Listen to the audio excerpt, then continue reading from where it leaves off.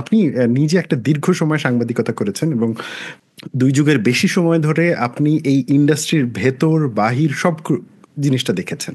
সেই দেখার প্রেক্ষিতে আপনার কাছে আমি জানতে চাচ্ছি যে এই মুহূর্তে বাংলাদেশের সাংবাদিকতার অবস্থা কি? দেখুন, আমি প্রায় ২২ বছর সাংবাদিকতা করেছি। এর মধ্যে আমার ১৯ বছর ৪ মাসই আমি কাজ করেছি বিবিসিতে। আর বাকি সময়টুকু ২.৫ বছর আমি ডেইলি স্টার পত্রিকায় কাজ করেছি। সুতরাং গত ২০ বছর বাংলাদেশের লোকাল মিডিয়া কিভাবে পরিচালিত হয়েছে সেটার অনেক খুঁটিনাটি ব্যাপার আমি হয়তো ভেতর থেকে দেখিনি। কারণ আমার অভিজ্ঞতাটা মূলত বিবিসি কেন্দ্রিক, ইন্টারন্যাশনাল মিডিয়া কেন্দ্রিক। কিন্তু লোকাল মিডিয়ার ভেতরে কি ঘটতো বা কিভাবে সেগুলো পরিচালিত হতো, এগুলো সম্পর্কে একটা ধারণা আমাদের তৈরি হয়েছে। কারণ আমাদের যারা বন্ধুরা সেখানে কাজ করে, আমাদের সিনিয়ররা, আমাদের জুনিয়ররা নানাভাবে এগুলো আমাদের কাছে এসেছে। এটা হচ্ছে একটা ব্যাপার।